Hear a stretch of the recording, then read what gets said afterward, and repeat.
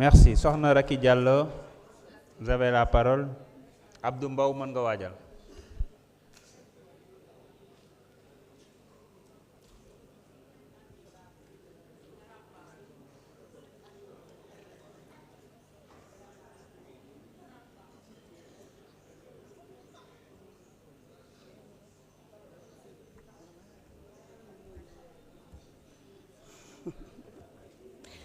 Salaamaaleykum wa rahmatullahi taala wa barakaatu. Monsieur le Président maa ngi lay nuyu, monsieur le ministre, chers collègues maa ngi leen di nuyu. Monsieur le Président, ma commencé féliciter son Excellence le Président Macky Sall pour sa brillante prestation du 22 avril 2026. Président Macky Sall le 22 avril siggil na der bu ñuul, siggil na àddina, siggil na Afrique, siggil na aussi Sénégal. Monsieur le Président suñ ma mayul ma wax nga téyel ma sama chrono bi ndaxte doo honorable bàyyi leen sama gorom wax. am nga man am naa jot fii ba minuit ngeen bàyyi ma wax wala mu téyee chrono bi. Monsieur le Président chrono bi mu ngi dem te mayuñ ma wax fii noppi par force la moomu leen fii kenn. noppi bi par force bismillah waaw. ñun de ñoo ngi ñaanal président Macky Sall lu mu wuutu yal na ko yàlla may ndam parce que loolu mooy ndamu àddina, loolu mooy ndamu Sénégal, loolu mooy ndamu Afrique. bu boobaa nag dina ko am te su ko amee ñu war a démissionner dinañ démissionner, ñu war a xar suuf si dugg ci dinañu xar suuf si dugg ci. bu boobaa nag di ngeen xam yàlla rek mooy buur parce que yéen da ngeen laaj réew mi ba pare ñu may leen réew mi ngeen naan loolu doyu leen de toog place sunu boroom ngeen bëgg ndaxte yéenay proposé kuy am walla kuy ñàkk. bu boobaa nag yàlla dina leen woon boppam ci lu muy am ndaxte am na ko sax déjà ba pare. loolu su weesoo monsieur le président ma ñëw ci proposition de loi modifiant les articles L29 et L30 du code électoral. Monsieur le président man de dama ci am njàkkare ak tiit. njàkkare bi ma am mooy ko lu tax ñuy précipiter ci loi bi ba koy jaarale ci procédure d'urgence. loolu warul am te su ma juumul monsieur le ministre mii toog woote na parti politique yi le 30. loolu su amee man moom xam naa ni waxtaan ba juboo la ciy jublu. lu tax mënuñu xaar ba loolu am ba waxtaan ba juboo bi am suñu demul dina am suñu moromu parti yu dem waxtaan am ba pare. ñi indi proposition de loi bi lan la ñu xam lu ñu xamul walla lan la ñu gis lu ñu gisul. lii yëpp nag 18 millions sénégalais toog defu leen ko lu dul pour mu neex benn nit mooy seen prince Ousmane Sonko waaye c'est mal connaître les sénégalais. xam nga sénégalais yi dinañ leen bàyyi ngeen def lu leen neex bu boobaa su ngeen ko buggee teg fii ñu xamal leen seeni bopp. xam nga nekk ci jub ak jubal ak jubanti dafa neex. xam nga li ngeen di def nii su nekkoon ci njub dispositif sécuritaire bu nekk ci buntu assemblée nationale bi tey duñ fi nekk. da ngeen xam ne ci li ngeen nekk jubule. monsieur le président waxal ak gétt gi nañ ñu may ma wax. waxal ak gétt gi lii rek ngeen mënu leen maa tere wax da ngeen di sonal seeni bopp rek.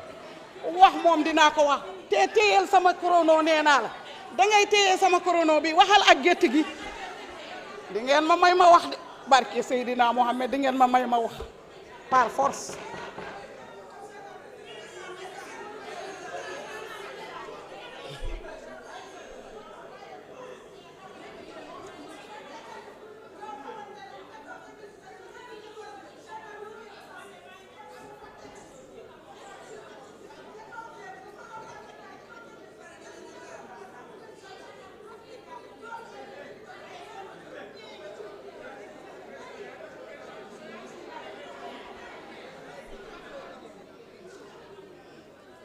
man yàkkamti wu ma de pare ngeen su ngeen pare rek ma continuer nañ ci dem monsieur le président ma gisaale aussi condamnation pour les enrichissements illicites et condamnation aussi pour les détournements de deniers publics. Est-ce que du ngeen manipuler la justice sénégalaise pour condamner ay nit ñu xañ leen seen éligibilité te foofu ngeen jëm so ɗum ɓenni bandiraɓe fulɓe mi salmini mi juurima monsieur le président ba tey teyel ma de teyel ma korono bi man yàkkamti wuma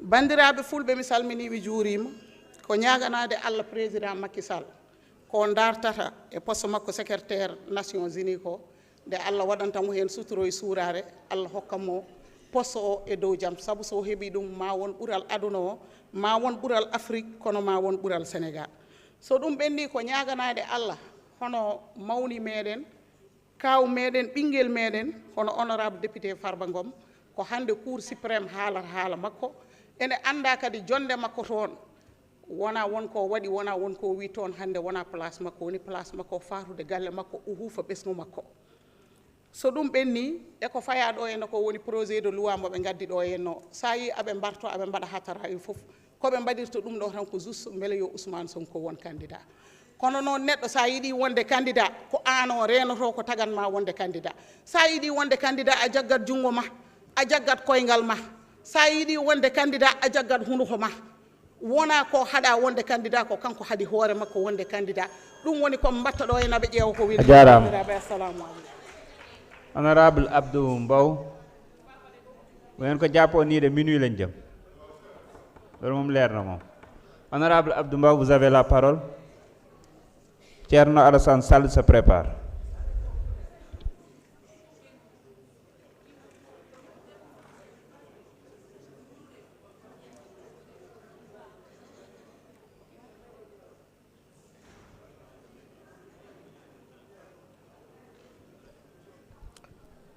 Monsieur le Président, Monsieur le ministre, Madame le ministre, mes chers collègues, Madame, Monsieur les collaborateurs du ministre. Monsieur le Président, je reviens sur le caractère impersonnel de la loi, parce que la règle de droit est impersonnelle, et la règle de droit concerne chacun et ne désigne personne en particulier. Et le ministre de l'Intérieur peut témoigner de cela. La règle qui vise une personne en particulier est une décision. Attention, ce caractère ne signifie pas que la règle de droit ne peut pas trouver son origine dans un cas particulier. C'est vrai. De nombreuses lois trouvent leur origine dans un cas particulier, mais leur caractère est toujours général. Alors que cette loi que vous nous présentez aujourd'hui, nous tous nous savons que c'est une loi taillée sur mesure pour une personne. Et je pense que ça, c'est inacceptable. Je l'ai rappelé en commission, Monsieur le Président, j'avais rappelé la décision numéro 1193 avec un considérant qui parlait que la modification, l'abrogation d'une loi, comme la rétroactivité d'une loi nouvelle, ne peuvent remettre en cause des situations existantes que dans le respect des droits et libertés de valeur constitutionnelle. Ça, c'est un considérant 8 de la décision numéro 1193 en 1993, Monsieur le ministre. Donc aujourd'hui, ce qui se joue, ça il faut le dire, pour ñuy parax-paraxi ñëw indil ñu cette loi là moom mooy ci article 2 bi dañu wax affaire rétroactivité ci seen loi bi ñu indil alors que dans le projet bi nga xamante ne nii mooy pré-projet la parce que le président de la République n'a pas donné ñi ngi wax ay projet de loi pré-projet dans l'histoire kenn musul gis président de la République def communiqué génne ay pré-projet yoo xam ne